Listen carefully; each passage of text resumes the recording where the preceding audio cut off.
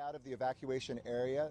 That evacuation area changed after the last briefing and went down between Chautauqua and Temescal down to PCH. That's now been lifted back up to Sunset, so you can repopulate that area between PCH and Sunset, between Temescal and Chautauqua. But that same box that we described earlier today, from the 405 over to Temescal, from Sunset up to Mulholland, remains mandatory evacuation. We will let people know, of course, in the coming hours and or days when you can safely repopulate, or whether you can get back in there if you need to get something from home. But right now, that is not open, so that we can make sure our emergency vehicles have what they need. We also have seen, not I would say a laying down of the fire, but we expect around this time some of the onshore breezes to shift. That could assist us, bring more moist air, and also bringing what was pushing this way and that way.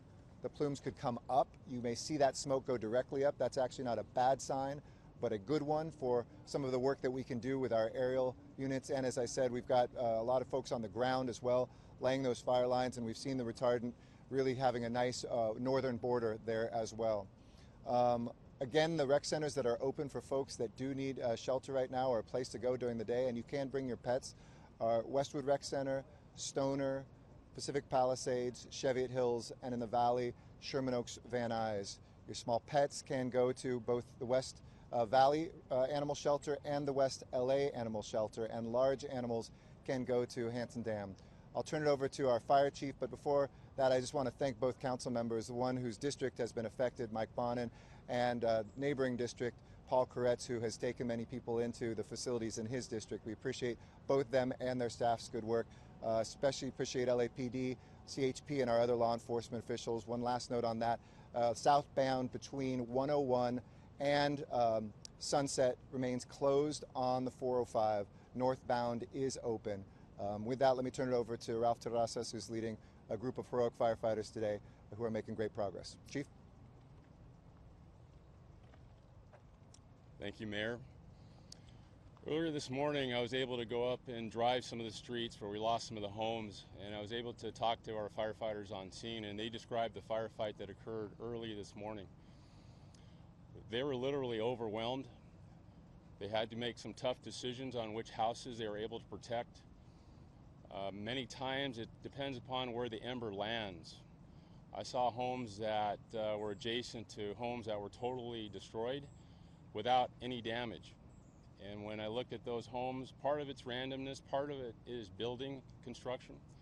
A lot of them that survived had boxed eaves and made out of concrete, and they survived. Very, very challenging fire. And like the mayor said, a few hours ago, we went up in one of our helicopters and flew the perimeter.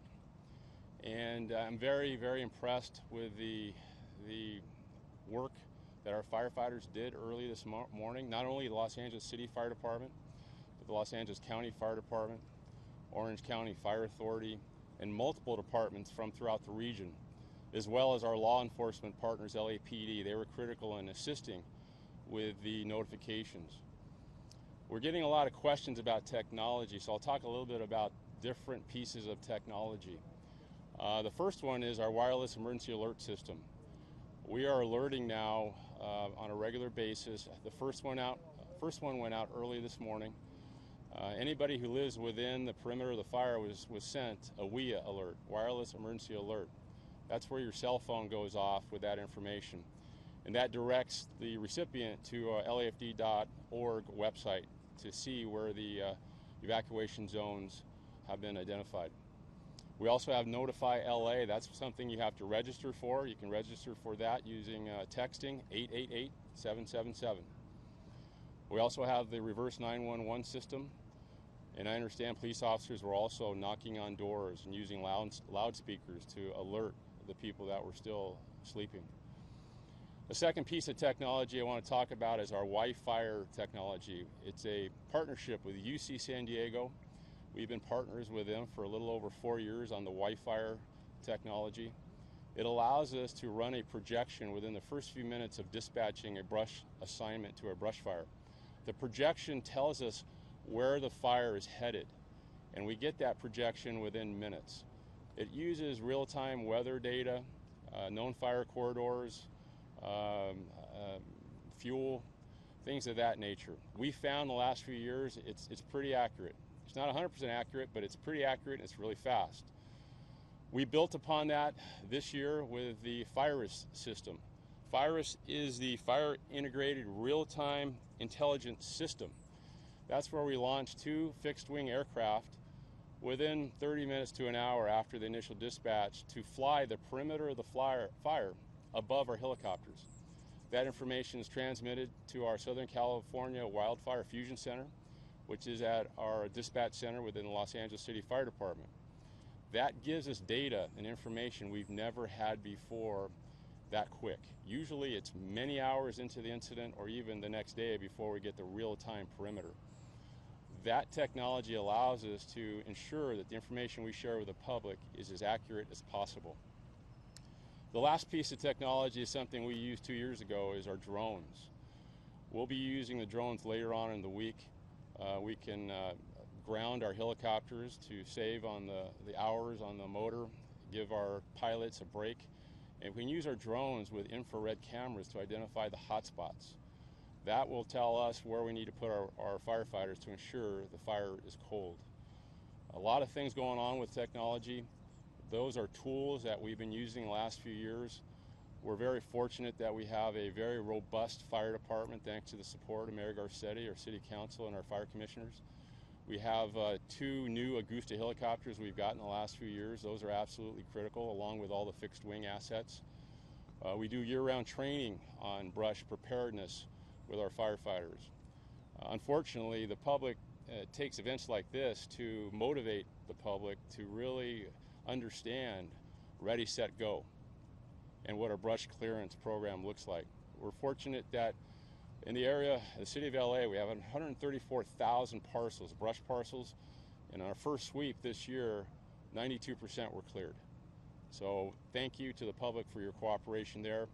Also, thank you to the public for the evacuations that occurred this morning. It went relatively smoothly given the size of the incident. And with that, I'll turn it over back to the mayor. Thank you. Let me also thank the school district. Nick Melvoin has joined us as well from the school board. We know that number of schools that have been closed in LAUSD. We appreciate their information and getting that out to everybody, and UCLA remains closed for classes as well. But with that, we'll try to keep that brief brevemente también en español. Y quiero decir, tenemos mucho progreso en este incendio. Ahora es 618 acres, pero nuestros bomberos y nuestros amigos en los departamentos de policía están trabajando muy duro a proteger nuestros vecindarios, nuestros hogares y nuestra gente. Ahora las evacuaciones obligatorias están en hasta esta área, al norte de Mulholland, al sur Sunset, al este el freeway y también al oeste Temescal. Juntos este es una área sin personas, pero hay oficiales del Departamento de Policía a proteger los hogares aquí. Also in English, I'd say one other thing. We have 8 confirmed homes lost and 5 damaged. We do have Frank Bush here, who's the general manager of our Department of Building and Safety. When safe, we will get up there, but we don't have any more detail than that. But as I said earlier when we briefed, that I'd seen 5 of those homes, thought there might be 2 or 3 others. Those are the ones that I saw across the ridge. Those, in addition, where there's 5 that were partially damaged, but that has not expanded since we briefed earlier today. So that's good news. We hope to make progress today. We hope to make deep progress over the next 24 hours because we need that progress before Wednesday. Wednesday is when we have those Santa Anas blowing even stronger. And remember one last thing, when you ask about containment, sometimes you hear 0% contained. That only means that 0% of the line is so cold that it could never start up. That doesn't mean that it's 100% out of control. And that's because of the hard work of our firefighters that we do feel like we're getting our arms around this, but with the big caveat that the wrong gust, the wrong kind of air that comes in from the wrong direction could lift embers and immediately make this a fire someplace else. So when people say, hey, I feel like my home is far away from where this fire is, do not return for your own safety. Trust the fire department, trust the professionals to do this, and don't be a hero. With that, happy to answer any questions. Mr. Mayor, this morning you indicated that you were able to exclude Correct. And you would have more for us later today. What can you tell us now about the possible or suspected origin of the fire?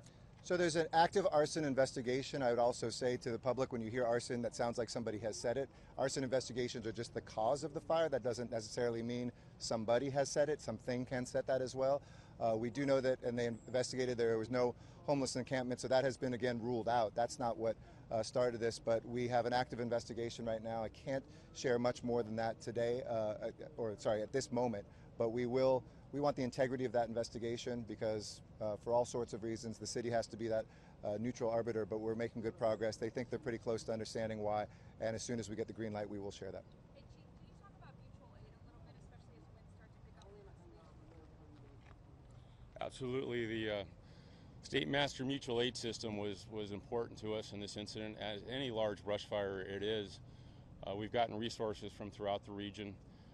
Personal text from Chief Fennessy from Orange County Fire Authority, offering up some strike teams as well as their helitanker, as well as Chief Osby and other fire departments. We're putting them in the system, and it's reciprocal. Whenever we can send, we do, and that's what it's going to take for us to get through these emergencies that are occurring throughout the state. All fire departments and the public have to work together to get through this. How important was it? You got their aircraft there right away, and I heard the call, at least 10 aircraft, 10 helicopters. They got there quick. How significant was it? They were going over close to the homes other than the hill. Air resources, helicopters are absolutely critical. Every year we announce, we have a press conference announcing our leased helitanker. We also revisit the statistics. We do have the largest initial dispatch of brush helicopters anywhere, we think, in the country, if not the world. And that's because we have the LA County Fire Department combined with the LA City Fire Department, as well as our leased helitankers, as well as our leased super scoopers. While our firefighters pinch the fire, they hit the flanks, our helicopters get in front of it. And when necessary, they make drops, many times just in the nick of time, to prevent a house from taking off. You may have seen the footage from the Palisades fire a few days ago, and literally the fire was encroaching on some houses, and the helicopter drops prevented those houses from being lost. Are you worried about things getting worse as winds pick up? I'm always worried about Santa Ana wind conditions, especially when we have a fire that's not contained. There's still hot spots within the fire that we have here. So when wind comes and picks up an ember and blows it in the wrong place, we could have another fire start. That's why I've directed my command staff to do everything to get this fire as cold as possible before the anticipated high wind events occur later in the week. Are you ruling out any power poles, transformers where the fire could have started at this? We're not ruling out anything. The investigation is very thorough. Like the mayor said, we can rule out a homeless encampment start. We do know the general vicinity of the fire start, which is just off the 405 freeway near Sepulveda. That is very apparent, and that's all I can say at this time. We'll have more information later on. So I'll add one thing to that. I know it's been out in the press, there is one power pole that fell, that is burnt through the bottom. Our arson investigation team said that's just that it burned on the bottom. It's still intact, and those lines are still intact, so they have absolutely no evidence on that line that that was a cause. But as I said, the rest is under investigation right now. Where was that? On the Sepulveda Pass, a little bit, I think, just to the south of where it started. Okay. Anything else? Yes. It seems like the losses from these recent fires has been much lower than like the disastrous, like 10s and 20s and 30s of thousands. Sure. Is there anything specific that is keeping the number of homes burned so low at this point? I'll let the chief chime in as well, but I will say, it's very easy in budget years where there's not big fires to say, oh, the fire department is fine. And during the recession, partially by necessity, we saw this department cut pretty dramatically. When I was elected mayor, one of the things I did was sit down. I chose a new chief saying, what do we need? Let's do this before there's a disaster. So whether it's new equipment, like some of the trucks that can go into the brush areas directly and go, off-road, whether it's an additional helicopter, or reestablishing some of the trucks. These are the fire engines, as they're popularly known, in the stations.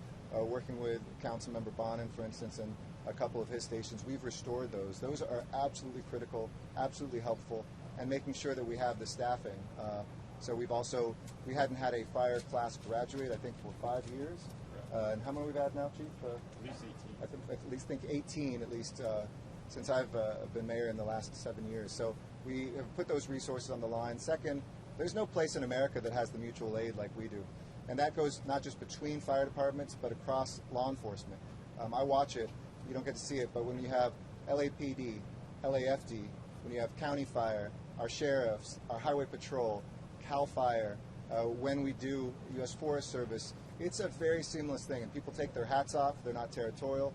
They fight this fire like it is their own backyard, whether it is or not. And to see some of the trucks that roll in quickly from Kings County, from places across California, it really is one of those moments where you're proud to be not only an Angelino, but a Californian. And could we get a more specific description of what's expected to happen with the weather in the next? We don't know for sure. If we could get more specific, we'd be newscasters. But we do expect Wednesday the wind to pick up dramatically. That will be some of the strongest Santa Ana winds. Right now, we're expecting that more offshore winds will start blowing in. So as we've been saying, it's gone from the northeast to the southwest up until about midday. You can kind of feel it right now here. It's starting to push the other direction. Where those meet, you get plumes that go straight up. As I mentioned, don't be scared by those. Those are actually good signs for our helicopters. They can do a lot of good damage on the fire when that happens. And that will also be more moist air. But other than that, we expect the temperatures to stay where they are. As you can hear, the helicopters literally overhead. We've got some significant air power here, and we feel confident about the direction that we're moving. Has the governor reached out to you? Have you contacted the governor? I have been in communication with the governor. First partner, Jennifer Siebel Newsom, is in town as well, and I know she's visited some of the rec centers, as we did, Councilmember Peretz and Councilmember Bond and I, to reassure people and tell them. So we really appreciate her activity. I've been in direct contact with him, yes, and he's been very helpful. The state declaration applies to us as well. I signed, since we met last time, the official declaration from the city as well, so that allows those state funds and those federal funds to come to help our efforts. Okay? All right. Thanks, everybody. Appreciate it.